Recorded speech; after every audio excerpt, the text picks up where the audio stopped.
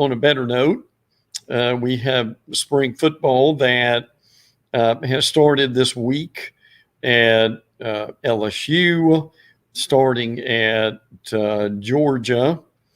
Also, Monday it started at Auburn, and Friday it starts at Alabama. Also, A&M begins this week, so that really is one of the great things is following hoops, and we're enjoying that very much.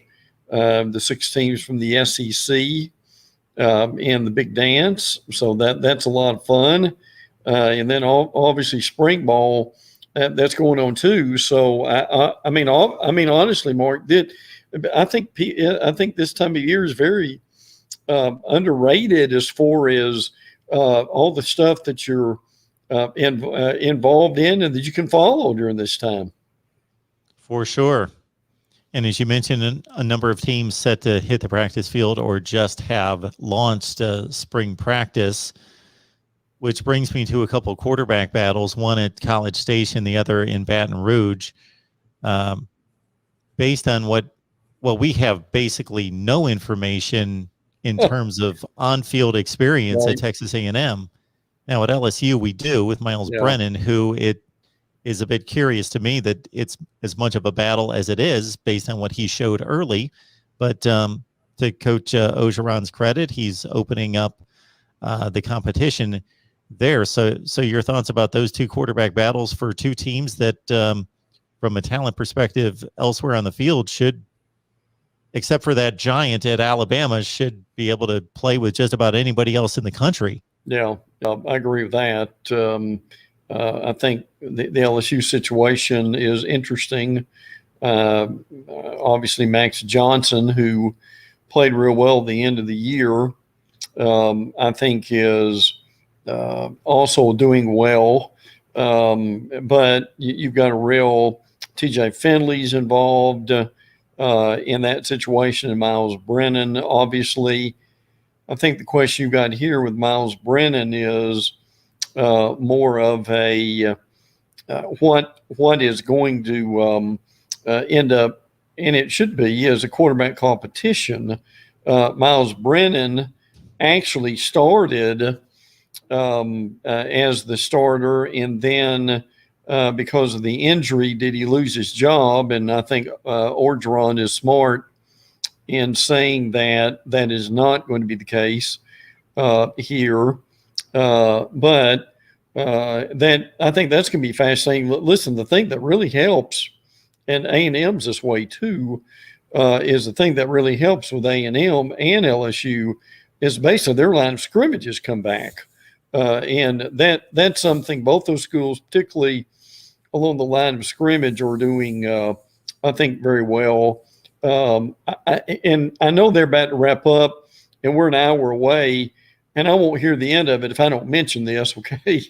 But the Florida wrapping up this week, too, as far as quarterback situation, Emory Jones, I think, is looked upon as a guy who's going to get the job.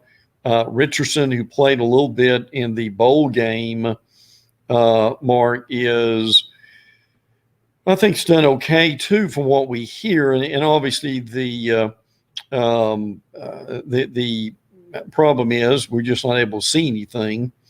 There was an article out today. This is not SEC, but I appreciated it.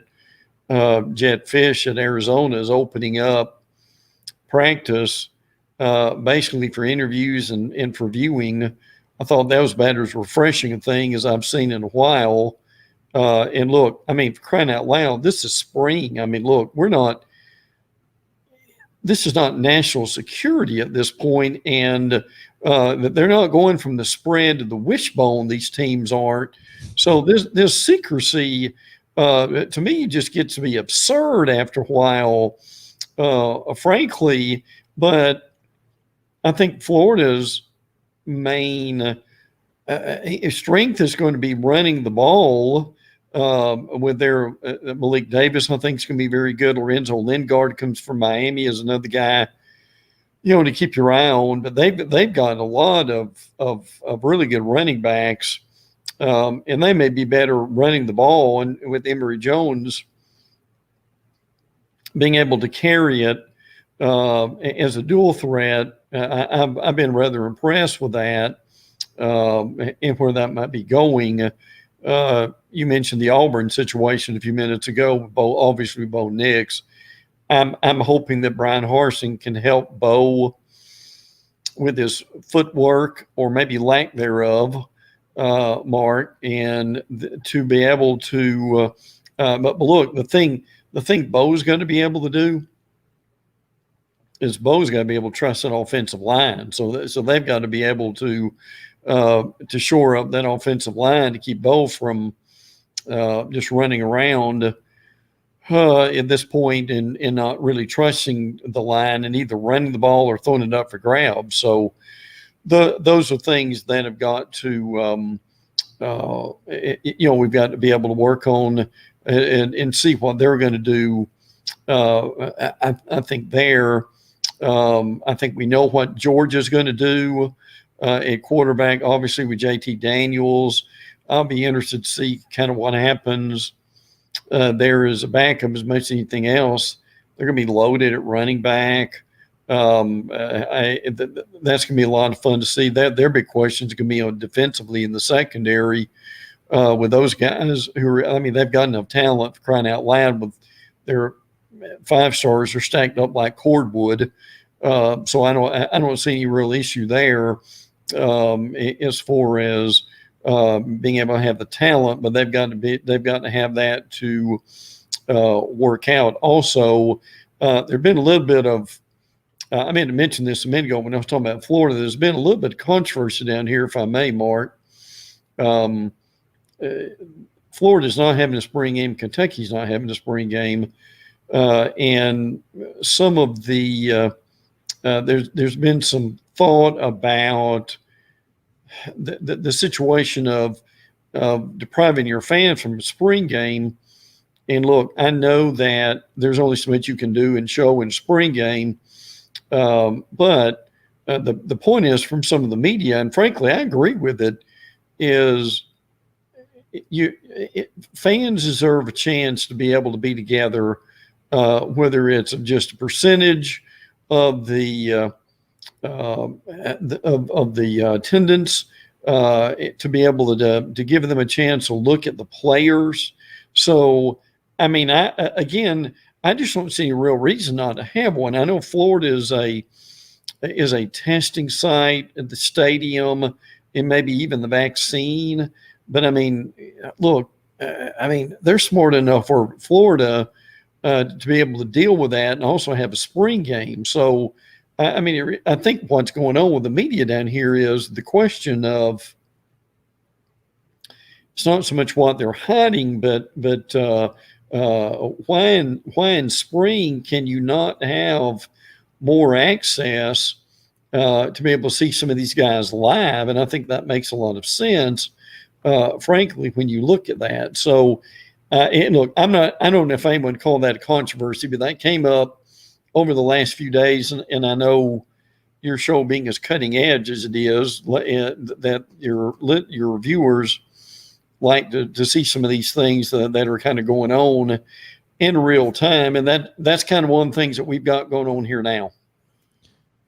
I think the statistics that I've seen and heard about on a regular basis during the latter stages of this pandemic, as we hopefully come to an end at some point soon, is that there is not data that would show that the areas in the states that have locked down more stringently have been more successful, and if anything, that they've been less successful than the other areas of the country and the states, Florida being one of them, that have opened up. Right. Look, there's no question about that. I mean, Florida is doing very well, and I don't want to get political here, but I give the governor DeSantis credit for continuing to do so, and I think encouraging for kids to be in school. And look, I think the other thing with this is the fact that where you've got to be able to trust your schools.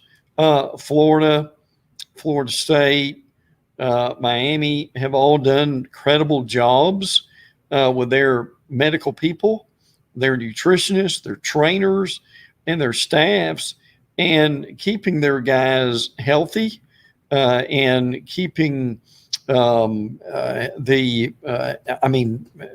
able to practice, being able to go through the normal routine.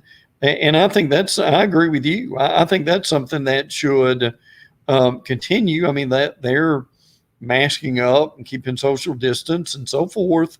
But I can tell you this from living in Jacksonville here, it has certainly worked in our area and been something that that has been frankly refreshing, and like say people have followed the protocol with this, but it frankly has worked out well. I mean, a lot of the restaurants are open, churches are open, gyms are open, and you add all that together, and I think you've got people that are doing the best they can in dealing with the virus and dealing in being able to keep it away, but doing things that still give them some modicum of normalcy in their life, right?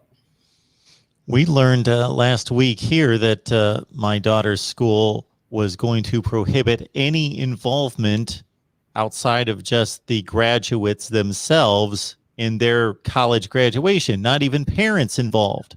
So you can imagine we're in an uproar, and I've written my letter. Right. And to not celebrate one of the most important days of a young person's life with close family, not even parents, is obscene. It's ridiculous. Yeah. Oh, I agree. My daughter graduated just a few weeks ago, and they obviously scrapped the original graduation, and they did have one eventually, but it was months later. And even the students themselves, in other words, my daughter had graduated and was already working. So she was glad to see her friends. But the reality of it is, Mark, the event, and I know we're running short of time, but I'll just suffice to say, the event was nowhere near what it would have been if it would have held on the original date that it was supposed to be with parents and so forth who could have really enjoyed it.